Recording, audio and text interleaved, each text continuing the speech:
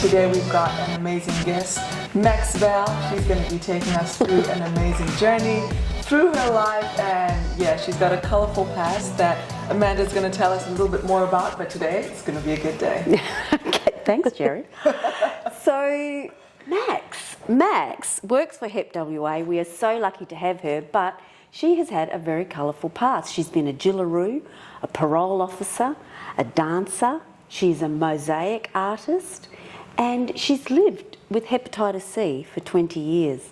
So there's lots to unpack there today. So welcome, Max. Thanks. Thanks. Hi, yes. guys. Hi. Very nice to have you. Yeah. Before we get started, actually, you mentioned a word that I've heard for the first time. What is a Jillaroo? Jillaroo. A Jillaroo is like a jackaroo. Have you heard of a jackaroo? No.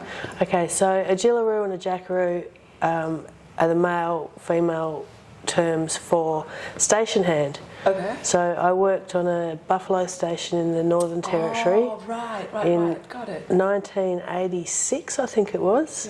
Yeah. 200 years ago.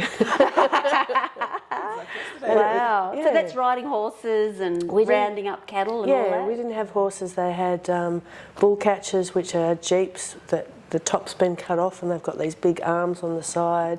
They had helicopters. We used to set up fencing yards and catching yards, and it was during a program in the Northern Territory where they were trying to eradicate buffalo because of the hard hooves that were destroying the land. Right. Oh, okay. Yeah. So was that when you were hitchhiking around Australia? Yeah. Did you, at the age of 17? Yeah. Wow. Would you do that today? No way. No way. And I'd kill my daughter if she did it too. Yeah, absolutely. Yeah. I went from Perth to Queensland with some friends, and then I hitchhiked from Queensland to Darwin with another friend, and then hitchhiked from Darwin back to Perth. Oh, wow. Yeah. That's full on, isn't it? Back in the day. I can't believe I did Back in the day. Yeah. And so you've also been a youth worker and a parole officer. Yeah. So I started doing youth work when my daughter was about 2 or 3, and I had a friend who was a youth worker, and she worked at a service in Perth, and she kept on encouraging me to come on board and do a program with them, and I was pretty reluctant at first, but then she told me that it was she got some funding for a program to make a little film about injecting drug use, and so I said yes, and I did that, and then while I was doing that, she got pregnant and ended up going on maternity leave, and I took over her role. So I wasn't formally trained, but I had a lot of on-the-job training and a lot of personal experience, I guess. That's what they liked. Yeah. Okay. And so when did you find out that you were positive for Hep C? Okay, I found out I was positive in 1993, and I was pregnant, and life wasn't going that well at the time. I was in hospital, and because of my lifestyle, they gave me every test that they could. And I remember going into the hospital on a Friday, and you used to have to sit in this waiting room with all these other pregnant women, and there was these little cubicles that the doctors would be behind, and you'd just go in and see the doctor. And I remember it was a Friday afternoon, and I saw the doctor, who didn't really seem that interested in me, and he went through this list and said, HIV negative, this negative, that negative, hepatitis C positive, that negative, blah. And I said, what's Hep C? And he said, oh, it doesn't matter. And he wouldn't tell me anything about it, and I don't think he actually really knew that much about it then. So when I left, I went to the Central Drug Unit, and they had a library there, and I tried to look up some information about it, but of course back then there wasn't that much, and what was available was in heavy medical jargon, so I didn't understand it anyway. And they didn't really know that much about transmission from mother to child, so yeah. Were you scared? Yeah, I was. Yeah. Yeah. Did you get any support anywhere? No. Gosh. No, not at the time, no. Gosh. Yeah. So, can you just explain for our audience what last time we had a podcast we were talking about hepatitis B? Yep. And what's the difference between the two, hepatitis B and hepatitis C? Because it's quite distinctive, isn't it? Yeah. So hepatitis B is bloodborne and is also transmitted through sexual fluids. Hepatitis C is only transmitted through blood. It's only in people's blood. And hepatitis C can be quite there's an acute and a chronic hepatitis C. So you can get hepatitis C and within a 6-month period your body can fight off the infection, and that's acute hepatitis C. The first time I got it, that's what I had. And they were quite surprised to find that after 6 months the virus had gone. They couldn't find any viral load. Being a perseverer that I am, I got it again.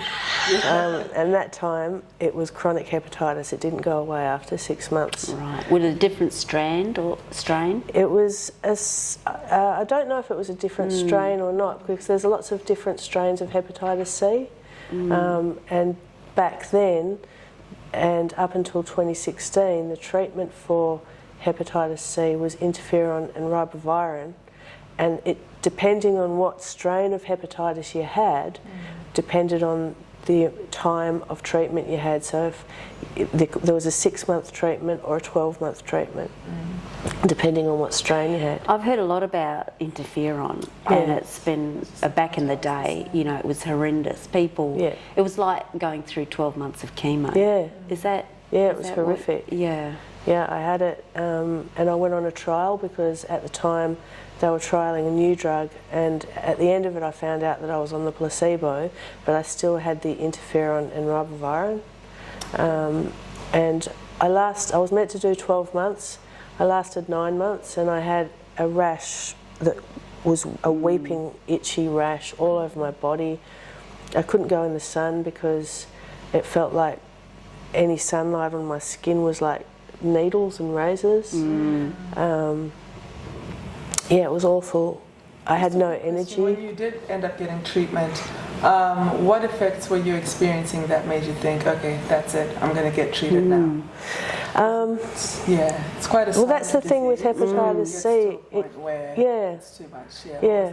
I mean, over the years of being treated and going to see doctors and getting liver function tests and all that sort of stuff, they would always ask me things like, are you depressed? Do you have low energy? And ask me the brain fog, ask me all these sorts of symptoms. But my lifestyle and my life circumstances at the time made me think, yeah, I'm depressed and I've got no energy, but look at my life. So after I'd gone through a lot of personal development and sorted out a lot of issues in my life, and I was still feeling like that, first of all I thought it's because I'm getting older, and then I thought, I'm not that old. And then I started thinking, okay, maybe that's the hep C. So by the time I got treatment, I had a liver biopsy, which they don't do anymore, thank goodness, because they're really painful. By the time I had the liver biopsy, I found out that I had stage 3 fibrosis. So my liver was quite damaged, and that's when I thought, I'll better go on the treatment. So you had had that for maybe 20 years? Yeah. Before you went on the treatment? Yeah. Right. And there was no information and no support? Not back in 93. Yeah. When I went on the treatment, Yeah. luckily hepatitis WA was around. Yeah. And there was a woman that used to work at hepatitis WA, Lynn, who is just a superstar. Yeah. And yeah, she was fantastic. Right. So in what way? How did she... What did you need and what did she provide? She provided the language that she was like a translator between the medical profession and me. So she had come to she would come to appointments with me, and also I think because of the hepatitis C, I was always a bit doughy. Brain fog is one of the symptoms, and just so I wouldn't forget what was said or miss something, Lynn would come with me and she'd just get everything. And when we'd leave, and she was just such a calming person, really lovely, non-judgmental. She didn't care how you got it, you know, and she could explain what they'd said, and she remembered everything too. Yeah. And she was just there. So if ever I felt that I was freaking out or panicking, and about anything, Lynn was a great ear. Yeah. Yeah, Fantastic. and she'd seen so much. She was just like, oh yeah, okay. Yeah, and I think, you know, and thank you for coming forward and talking about Hep C, because, you know, we've been struggling. We can't find anyone that will talk about hepatitis B. Right. You know, that we can't get anyone to. There's so many people that, you know, are living with Hep B because there's no cure for B, whereas there is for C. Yes. But we can't find anyone to talk about it. So thank you for coming and talking about it, because, and I think it's because of the stigma. Yeah. And, you know, can you talk a bit to that? Yeah. Like what the stigma was like for you? Or There's a huge stigma associated with hepatitis B and C. I can talk about my personal experiences with the stigma around hepatitis C, which is huge. For a long time, people called it the junkie disease. Right. I've heard anecdotal stories from people that I've worked with of them not being allowed to come to their families' homes if they had children, their nieces and nephews, because, you know, their family was scared that their kids would get it. Well, that's the old sharing cups thing, which is very alive today in the Hep B world. Yeah, that people. I was talking to a family, and one of the grandparents has Hep B, and they're not allowed to eat or drink with the grandchildren or any family members. They have to sit separately. Oh, that's awful. And I explained, and I went through it all, but hopefully it sank in, but it's that, you know, disease you can't, but it's not transmitted through sharing anything like that at all. No, it's not. Because it's blood. Yeah. I remember being at a bar and a guy that I was talking to was talking quite derogatorily about people with Hep C, and I've been the sort of person that has stuck my neck out a lot over the years to go, well, I've got Hep C, because I want to dispel those myths, and I've got thick skin. But I said something that to him, and he physically picked his drink up and stood back. But I kind of feel like those sorts of conversations are really important, because I can have them and I'm okay with that, whereas so many people aren't, and it's awful. Yeah, people hide. Yeah. Did you have any preconceived thoughts yourself when you found out you had hepatitis C? When the doctor said those words, did you think, oh my goodness, that junkie disease? Or just had no idea, blank canvas, and then had to start learning about it yourself? Yeah, I had no idea, because I'd never really heard of it. Right. And does that make it, I guess, easier to advocate for it, because you haven't had to unlearn things? Maybe, yeah. Yeah, because I'd imagine if I have an idea about a disease, it's going to take a lot for me to see outside of what I've been thinking or experiencing for the past few years. Yeah, true. Yeah. I hadn't thought of it like that, but probably, I remember when I was maybe 20 going to it was an HIV/AIDS conference in America. And because of what I was surrounded with, I had what I understood to be the disease. Yeah. Right? So it was people dying, very thin, very ill, and just you can tell that, this is what's happening. But I remember going to this conference and seeing people that looked like football players. They were strong, they were healthy, good looking, smart. And I had this moment of thinking, this is a total mind shift, and being surrounded by people in that setting, that's what helped me overcome the stigma. And I think it's not until people start seeing people like you that are healthy, functional, contributing to society, that they begin to think, maybe it's not a junkie disease, you know. So really appreciate it. Turns out it's fear of the unknown, isn't it? We're seeing it with COVID as well, aren't we? I know. We're seeing this fear, you know, this petrifying fear of something new, you know. that you don't understand. It's the same thing, isn't Not it? knowing what it is. Yeah, not knowing. So therefore, you know, you just sort of like... Get toilet paper and protect yourself. Yeah. Wow. I'm really keen to know, what has been the major shift from, actually no, before that, you spoke about having this treatment for 8 months and then tapping out at, you said 8 or 9 months? 9 months, yeah. 9 months, yes. Were you cured then? Yes. Okay. So when I went into, because I used to go into the hospital every week and get drained. It was like going to see vampires every week. And So it was intravenous. they used to take my bloods because I was on a trial. What was the trial? Pills or? It was another tablet. I can't remember what the other. I don't know that they ever brought it out. They just stuck with the interferon and ribavirin. So the interferon was an injection that you used to give yourself once a week, and the ribavirin were tablets that would take every day, daytime and nighttime. And then every week I would go to the hospital, so they would test my bloods because they wanted to keep track of what exactly was going on. But I remember when I finally went in, and the nurses were so fantastic at RPH, the Hep C nurses that I worked with, they were so nice. I remember going in and saying to them, I broke down in tears, and I said, I can't do it anymore, I just can't do it. And one of them went, oh my God, I can't believe you've lasted as long as you have. And I thought, what, you mean I could have given up before this? I was just like, no, I've got to do it. Yeah, good on you. Because, I mean, that treatment's no longer used. No.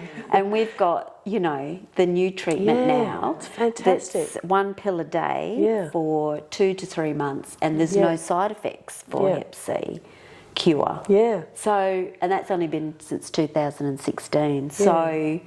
It's fantastic. I mean, you missed the boat. I know.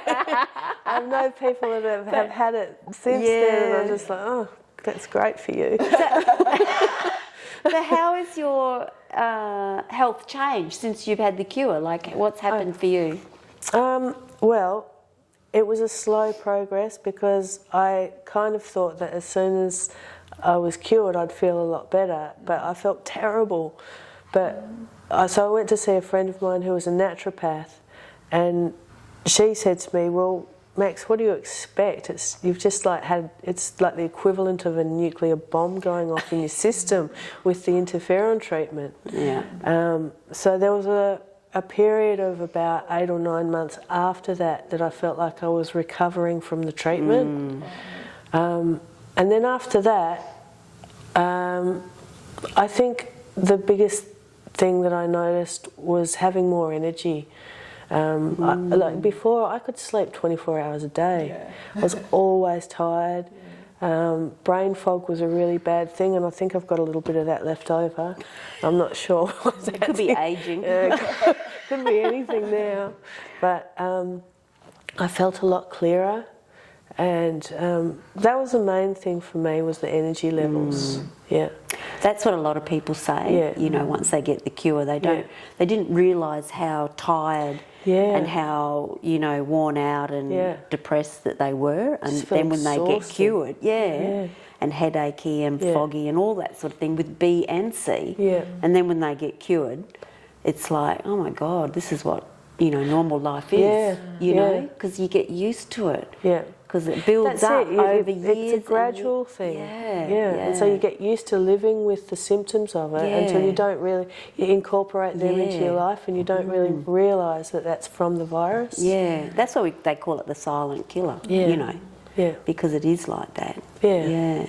And so now, you know, you've got a long history with Hep WA. Yeah. Do you want to tell us about that? Okay, I think I can't remember when I started. I think I started working for Hepatitis WA in about 2013. And I had been a stonemason for a few years. I worked as a stonemason, a monumental mason, making headstones, and then I found a way to put artwork on the headstones. And so I was about 40, I think, and so I was working with them, and then I snapped the ligaments in my ankle. And I couldn't walk, and I couldn't put a steel cap boot on, and that was for a couple of months. And then I was laying in bed thinking, I don't want to do this anymore. What else can I do? Can I go back to sort of working in the community sector? And I got up one day and the newspaper was laying on the floor, and an ad jumped out at me for a prison education officer at Hepatitis WA. So I went for the job. I thought there's no way I'm going to get it. So I was pretty relaxed in the interview because I thought I'm not even going to really try. And I remember there was 3 people sitting across from me, the interviewer panel, and it was a coffee table like this. And I don't often wear skirts, but I had a skirt on, and I was sitting there like this,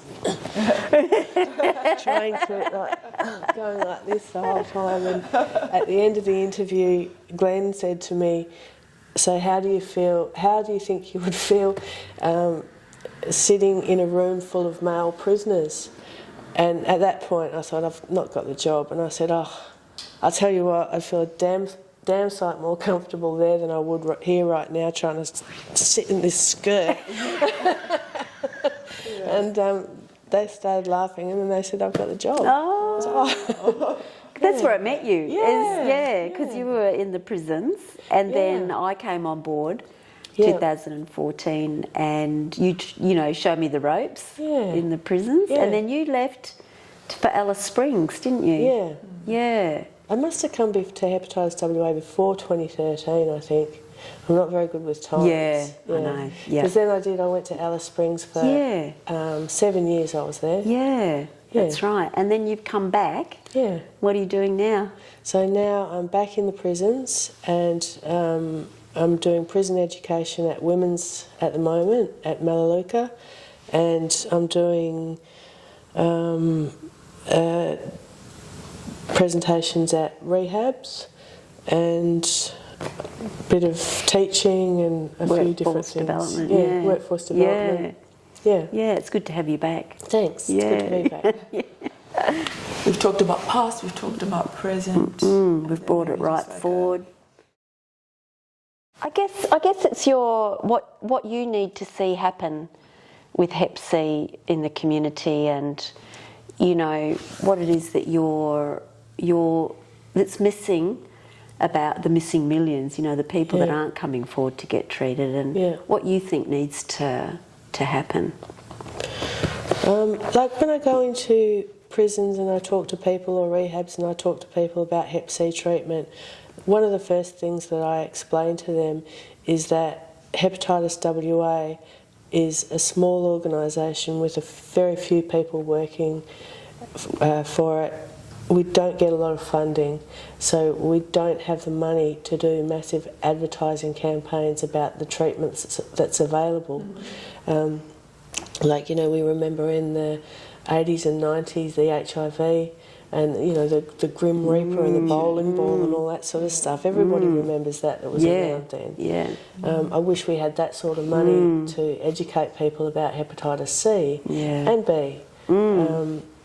But there's not, so it's up to people like us to go out into the community and try and educate people and destigmatise the viruses. And that's why I do what I do, while I can do that.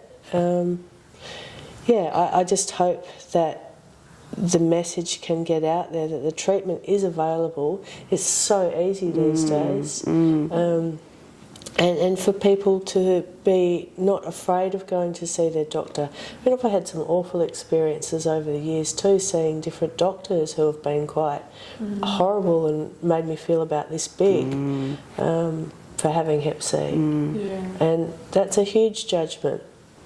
It's an ongoing thing, isn't it? It's an ongoing thing. It's just generation after generation, and hopefully with education and training and the passion, because that's what I'm hearing from you, is that you've got a lot of passion, you know, for this topic because of your own life, but also sharing it with others so that they can get the help and support they need, and to debunk all these myths and